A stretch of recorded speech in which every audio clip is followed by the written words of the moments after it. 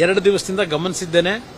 ನಿನ್ನೆ ಚಿಕ್ಕಬಳ್ಳಾಪುರದಲ್ಲಿ ನಡೆದಿರತಕ್ಕಂಥ ಘಟನೆ ಏನಿದೆ, ನಾನು ರಾಜ್ಯದ ನನ್ನ ಕಾರ್ಯಕರ್ತರಿಗೆ ಹೇಳಲಿಕ್ಕೆ ಬಯಸ್ತೇನೆ, ಪ್ರಚೋದನಾಕಾರಿ ಹೇಳಿಕೆಗಳಿಗೆ ಉದ್ರೇಕಕ್ಕೆ ಒಳಗಾಗಬೇಡಿ.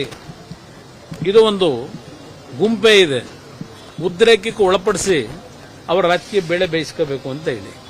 ನನ್ನ ಬಗ್ಗೆ ಟೀಕೆ ಇವತ್ತು ಹೊಸದಾಗಿ ಬಂದಿಲ್ಲ.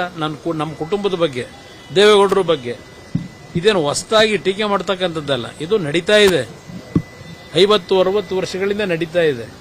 ಅದರಿಂದ ನನ್ನ ಕಾರ್ಯಕರ್ತರಿಗೆ ನಮ್ಮ ನಾಡಿನ ಸಂಸ್ಕೃತಿ, ಒಂದೊಂದು ಬಾರಿ ಈ ತರ ಪ್ರಚೋದನಕಾರಿ ಘಟನೆಗಳಿಂದ ನೀವೇನು ಉದ್ರೇಕಕ್ಕೆ ಒಳಗಾಗ್ತೀರಿ, ಅದು ನಮ್ಮ ಸಂಸ್ಕೃತಿ ಅಲ್ಲ.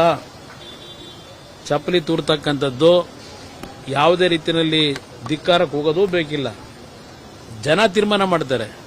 ದಯವಿಟ್ಟು ಯಾವುದೇ ಕಾರಣಕ್ಕೂ ಇಂಥ ಪ್ರಚೋದನಕಾರಿ ವಿಷಯಗಳು ಬಂದಾಗ ನೀವು ಉದ್ರೇಕದಲ್ಲಿ ಯಾವುದೇ ರೀತಿಯಲ್ಲಿ ಸಮಾಜದಲ್ಲಿ ಒಂದು ಅಶಾಂತಿಯ ವಾತಾವರಣಕ್ಕೆ ಅವಕಾಶ ಕೊಡಬೇಡಿ.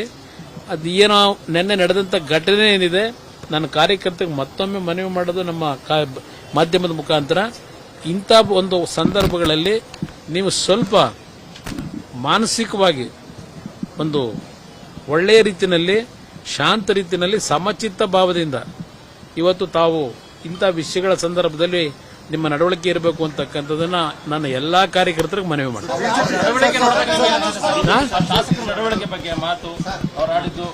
ಅವ್ರು ನೋಡಿದಾಗ ಅವರ ನಡವಳಿಕೆ ನೋಡಿದಾಗ